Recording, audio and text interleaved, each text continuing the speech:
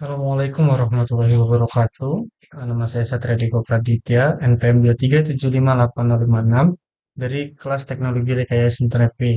Jadi di sini saya akan menjelaskan hasil dari tugas yaitu proyek satu mata kuliah Desain Basis Data tentang database dari COVID-19. Nah, jadi di sini saya akan menjelaskan pendahuluan dulu. Jadi, COVID-19 merupakan pandemi global yang mempengaruhi hampir seluruh aspek kehidupan manusia.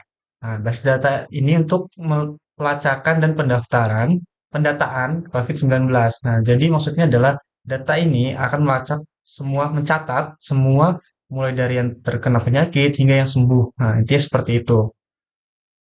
Nah, laporan ini akan menyajikan desain konseptual basis data dengan memperhatikan aturan-aturan yang telah diajarkan dalam teori desain basis data menggunakan Oracle basis data. Selanjutnya, nah ini adalah konseptual desain basis datanya. Yang pertama, saya di sini ada 6 entitas. Yang pertama itu adalah eh, pasien, terus itu ada kasus COVID, rumah sakit, perawat, terus ada tes COVID, terus itu ada vaksinasi.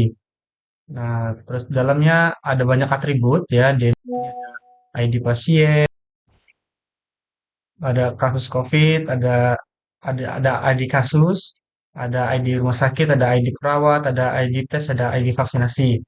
Nah, selanjutnya hubungan relasinya. Nah, berikut adalah hubungan relasinya dari keenam entitas di atas. Yang pertama ada pasien memiliki satu atau lebih hubungan, yaitu one to many dengan kasus COVID.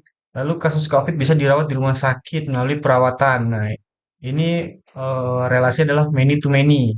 Selanjutnya pasien dapat menjalani satu atau lebih tes COVID, yaitu one to many. Bisa dapat menerima satu atau lebih vaksinasi. Ada satu satu one to many. Nah, selanjutnya adalah normalisasi. Di sini saya akan menormalisasikan eh, tabel-tabel di atas. Di sini ada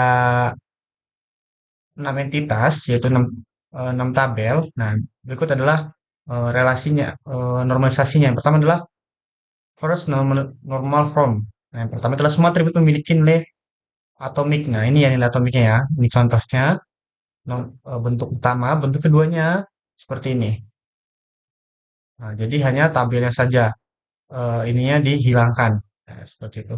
Untuk normalisasi ketiga juga sama.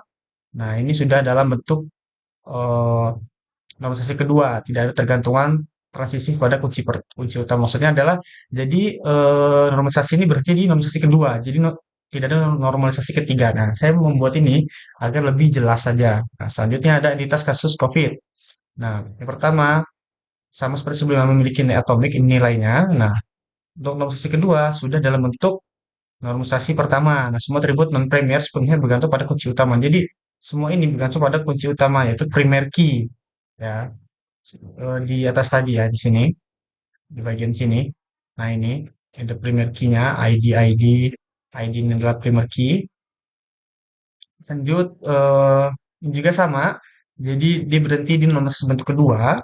Selanjutnya ada entitas rumah sakit. Ini adalah bentuk tabelnya seperti ini. Sama seperti sebelumnya juga,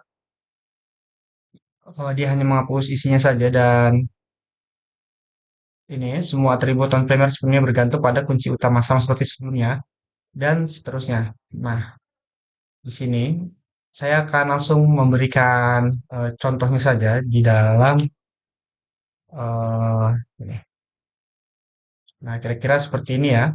Ini adalah bentuk tabelnya, yaitu dokter berelasi dengan tes COVID dengan pasien. Jadi tes COVID ini adalah kuncinya ya, dan di tengah-tengah dia saling berhubungan dengan tabel-tabel lainnya. Nah, berikut adalah struktur tabel yaitu ada 5 tabel di sini ada dokter, pasien, pegawai, rumah sakit, dan tes COVID.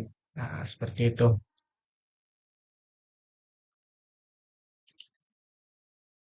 Nah, kira-kira cukup sekian. Sebelumnya saya akan memberikan kesimpulan. Nah, jadi, desain konseptual basis data COVID-19 ini diharapkan dapat membantu dalam pelacakan dan pendataan pasien, kasus, perawatan, tes, dan vaksinasi terkait COVID-19. Nah, jadi dengan desain basis data yang terstruktur ini dan terorganisir dengan baik, diharapkan data yang dihasilkan akan akurat dan dapat digunakan untuk analisis lebih lanjut dalam upaya pengendalian penyebaran COVID. Nah, kira-kira itu adalah kesimpulan dari desain-desain yang telah saya buat ini. Mungkin cukup sekian penjelasannya.